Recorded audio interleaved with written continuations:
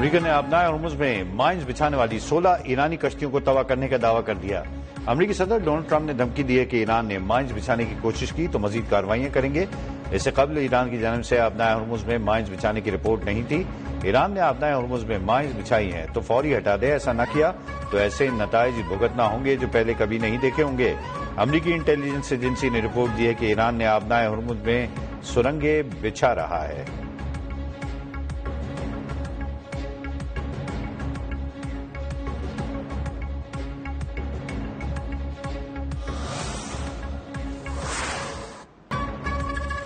Trump کا ایران جنگ سے یو ٹرن، ذمہ داری خصوصی نمائندہ اسٹیو وٹکاف، جیریڈ کشنر اور امریکی وزیر جنگ پیٹ ہیگس پر ڈال دی۔ کہا صورتحال بہت تیزی سے آگے بڑھی۔ وٹکاف، کشنر اور ہیگس کی گفتگو سنی، بات چیت سے ایسے لگا ایران حملہ کرنے والا ہے، ہم حملہ نہ کرتے تو ایران حملہ کر دیتا۔ ٹرمپ نے آبنائے ہرمز کی بندش پر ایران کو دھمکی دے دی، بولے آبنائے ہرمز بند رکھی تو قہر برسے گا، 20 گنا زیادہ سختی سے نمٹیں گے۔ ٹرمپ کا ایران کے خلاف جنگ ختم کرنے کا عندیہ، واضح کیا کہ ایران کی 90% جنگی صلاحیت ختم کر دی، اب اس کے پاس کچھ نہیں بچا۔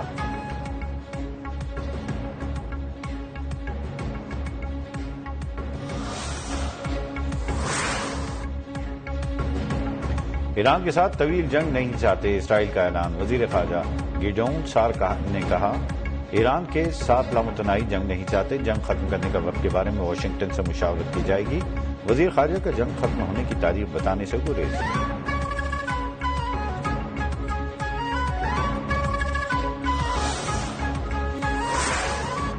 آبنائے ہرمز امن یا جنگ کا راستہ بن سکتا ہے، یہ خوشحالی کی گزرگاہ بنے گا یا تکلیف کا باعث، کسی بھی جارحیت یا اشتعال انگیزی کا ایران سختی سے جواب دے گا۔ ایرانی نیشنل سیکورٹی کونسل کے سیکرٹری علی لاریجانی کا امریکی صدر ٹرمپ کو جواب، کہا ایرانی قوم تمہاری کھوکھلی دھمکیوں سے نہیں ڈرتی، تم سے بڑے بڑے بھی ایران کی قوم کو مٹا نہیں سکتے، اپنا خیال رکھو کہیں تم خود ہی نہ مٹ جاؤ۔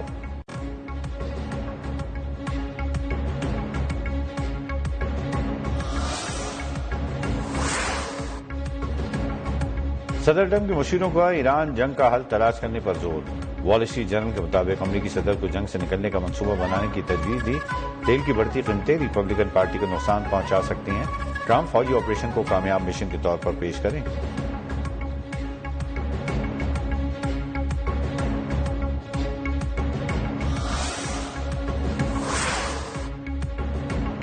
امریکہ جنگ کے 11ویں روز ہی مذاکرات کے لیے تیار، ڈونلڈ ٹرمپ کا ایران سے مشروط بات چیت کا عندیہ، کہا ممکن ہے ایران سے بات کروں لیکن یہ شرائط پر منحصر ہوگا، ویسے اب ایران سے بات کرنے کی کوئی خاص ضرورت بھی نہیں رہی۔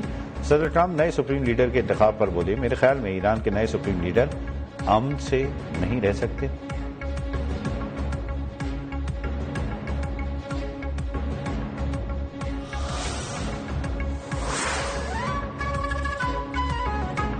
امریکہ سے مذاکرات اب ایجنڈے میں شامل نہیں، جب تک ضرور ہوا حملے جاری رکھیں گے، ایرانی وزیر خارجہ عباس عراقچی نے کہا۔ امریکہ کے ساتھ ماضی کے مذاکرات کا ایران کو بہت تلخ تجربہ ہے، ایران خطے میں امریکی فوجی اڈوں کو نشانہ بنا کر اپنے دفاع کا حق استعمال کر رہا ہے، ہم جو کچھ کر رہے ہیں وہ صرف اپنے دفاع ہے کیونکہ ہمیں ایک غیر قانونی جارحیت کا سامنا ہے۔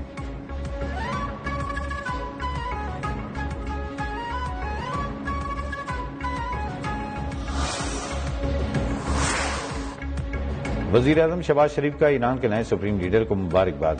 مجتبی خامنہئی کے نام خط میں سید علی خامنہئی کی شہادت پر اظہار تعزیت۔ وزیر اعظم کا ایران کے ساتھ مل کر کام جاری رکھنے کے عزم کا اعادہ، کہا امید ہے آپ کی قیادت میں ایران امن، استحکام، خوشحالی کا سفر کرے گا۔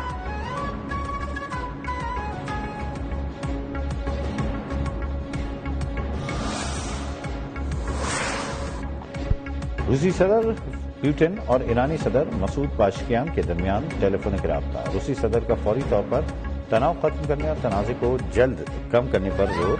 روسی صدر نے تنازع کے حل کے حق میں اصولی موقف سے بھی آگاہ کیا۔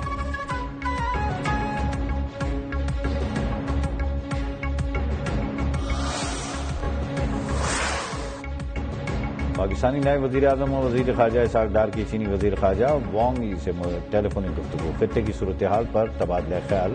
اسحاق ڈار کا مشرق وسطی میں کشیدگی کم کرنے کی فوری ضرورت پر زور۔ چینی وزیر نے خطے میں استحکام کے لیے پاکستان کی کوششوں کو سراہا۔ دونوں رہنماؤں کا کشیدگی میں کمی، ڈائیلاگ اور سفارتکاری کی اہمیت پر زور، دو طرفہ تعاون مزید مضبوط بنانے اور رابطے رہنے پر اتفاق۔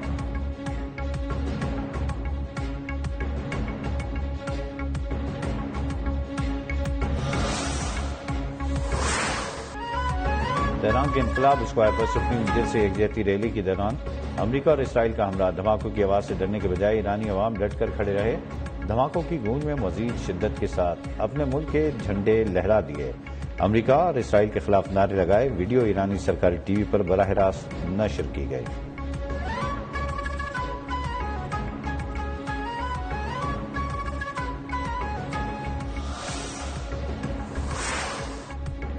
چوبیس گھنٹوں میں 191 زخمیوں کو اسپتال منتقل کیا گیا۔ اسرائیلی وزارت صحت نے ایران سے جنگ میں زخمیوں کے اعداد و شمار جاری کر دیے، کہا جنگ شروع ہونے سے اب تک 2000 سے زائد افراد اسپتال لائے گئے، زخمیوں میں شہری اور فوجی اہلکار شامل ہیں۔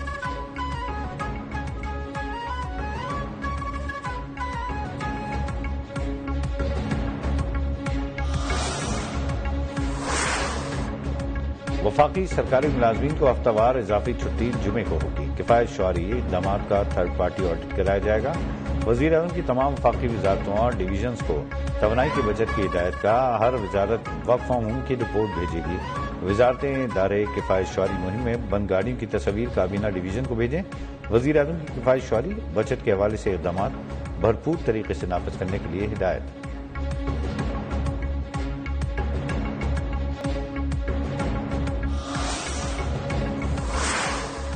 وزیر اعظم کی ٹیکس چوری کے سدباب کے لیے انفورسمنٹ مزید مؤثر بنانے کی ہدایت، ٹیکس محصولات میں اضافے کے لیے پیداواری شعبوں کو خودکار نگرانی کے دائرے میں لانے کا حکم، وزیر اعظم کو شوگر، سیمنٹ، سگریٹ اور کھاد کے تمام کارخانوں میں پیداوار کی نگرانی پر بریفنگ۔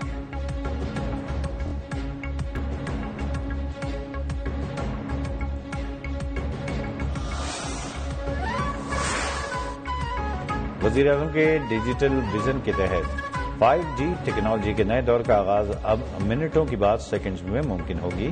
پاکستان میں 5G اسپیکٹرم کی 50 کروڑ 60 لاکھ ڈالرز میں نیلامی، وزیر خزانہ محمد اورنگزیب نے کہا نیلامی سے IT برآمدات بڑھیں گی۔ وزیر IT شیزہ فاطمہ بولی 5G انٹرنیٹ کے بعد ملک میں ترقی کی رفتار تیز ہوگی، پہلے 5 بڑے شہروں میں سروس دستیاب ہوگی۔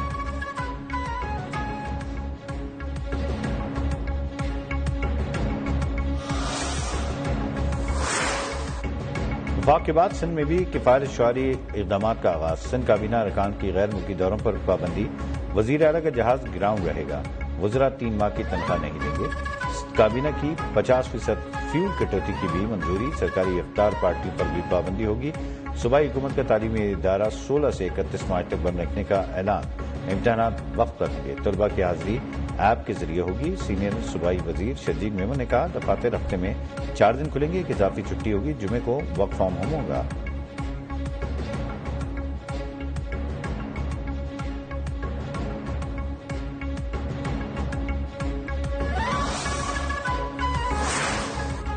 پشاور سمیت صوبے بھر میں تعلیمی ادارے ہفتے میں 3 دن بند رہیں گے، محکمہ تعلیم کے مطابق کالجز اور جامعات اب جمعے اور ہفتے کو بھی بند رہیں گے، ہفتے کے باقی دنوں میں جہاں ممکن ہو آن لائن یا ہائیبرڈ کلاسز کا نظام اپنایا جائے گا۔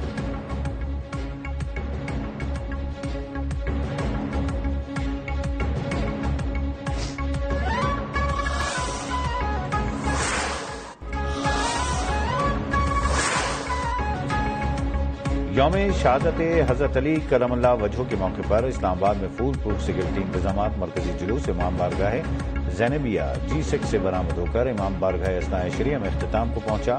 راولپنڈی میں حساس مقامات پر خصوصی نگرانی، 3000 سے زائد اہلکار ڈیوٹی دیں گے۔ لاہور میں یوم شہادت حضرت علی کا مرکزی جلوس آج برآمد ہوگا، 8500 سے زائد پولیس اہلکار سیکورٹی پر معمور۔ کراچی میں بھی جلوس کے لیے سیکورٹی پلان تیار، 5000 سے زائد پولیس افسران و اہلکار ڈیوٹی سر انجام دیں گے۔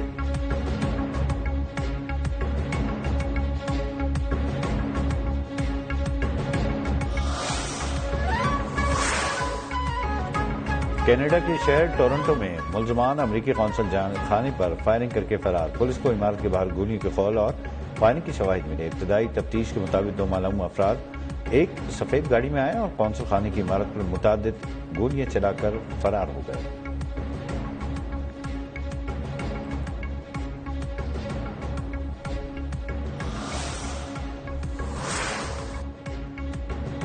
ملک بھر میں بارشوں کا سسٹم داخل ہونے کے لیے تیار 12 مارچ تک بارشوں کی پیش گوئی NDMA نے متعلقہ اداروں کو الرٹ جاری کر دیا انتظامیہ اور متعلقہ اداروں کو پیشگی اقدامات کی ہدایت